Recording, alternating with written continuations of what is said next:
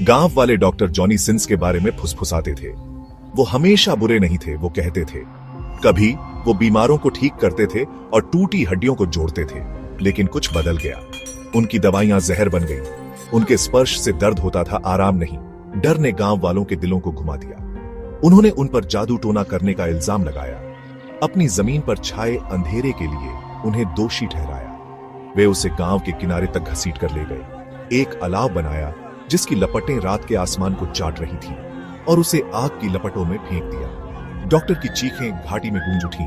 बदला लेने का एक वादा जो आग बुझने के बहुत बाद तक गूंजता रहा। क्या तुम्हें वो महसूस हो रहा है? क्या महसूस हो रहा है? ताजी हवा? तुम ज्यादा ही चिंता करती हो। एक युवा जोड़ा अरुण और मीना गांव में पहुंचे जैसे ही शाम ने आसमान को नारंगी और बैंगनी रंगों से रंग दिया। वे छुट्टी पर थे, शहर के शोर से राहत चाहते थे। अरुण हमेशा की तरह आशावादी मुस्कुराया जैसे ही उसने ताजी पहाड़ी हवा में सांस ली। हालांकि मीना ने अपनी रीढ़ की हड्डी में एक कंपी महसूस की। हवा भारी महसूस हो रही थी, अनदेखी निगाहों से बोझिल जो उनकी हरकत पर नजर रखे हुए थी। एक धीमी गूंज जैसे फुसफुसाते हुए मंत्र गांव के बीच से निकलती हुई प्रतीत हो रही थी। लेकिन अरुण भी गांव के अजीब सन्नाटे को नजरअंदाज नहीं कर सका। गलियों में कोई बच्चे खेलते नहीं दिख रहे थे। कुएं के पास कोई महिलाएं गपशप नहीं कर रही थी। केवल बेचैन करने वाला सन्नाटा और देखा जा रहा होने का एहसास। नमस्ते, कोई घर पर है?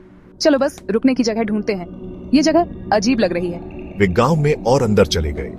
उनके कदम भयानक शांति में गूंज रहे थे। एक आवारा कुत्ता पूरी तरह से पसलियों और उलझे हुए फर वाला एक संकरी गली से नीचे खिसकने से पहले सावधान नजरों से उन्हें देख रहा था।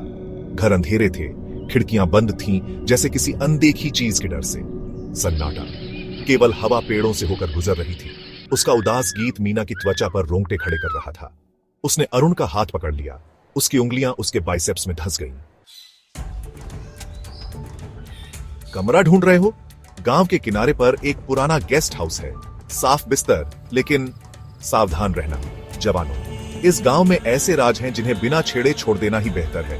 अंधेरा होने के बाद इधर उधर मत घूमना, और जो भी करो फुसफुसाहट को मत सुनना। एक टिमटिमाता लालटेन जीवन के एकमात्र संकेत को चिह्नित कर रही थी। छिलते हुए रंग के साथ एक छोटी धूल भरी दुकान। एक बूढ़ा आदमी अंदर बैठा था, प्राचीन दिखने वाली किताबों के ढेर पर झुका हुआ था। उनके अंदर आते ही उसने ऊपर देखा। उसकी आंखें तेज और बेचैन करने वाली चमकदार थीं। उसके झुर्रीदार चेहरे में वह झिझका। उसकी निगाह मीना पर टिकी रही। वह उन्हें और कुछ नहीं बताएगा। उसके होंठ किसी अनदेखी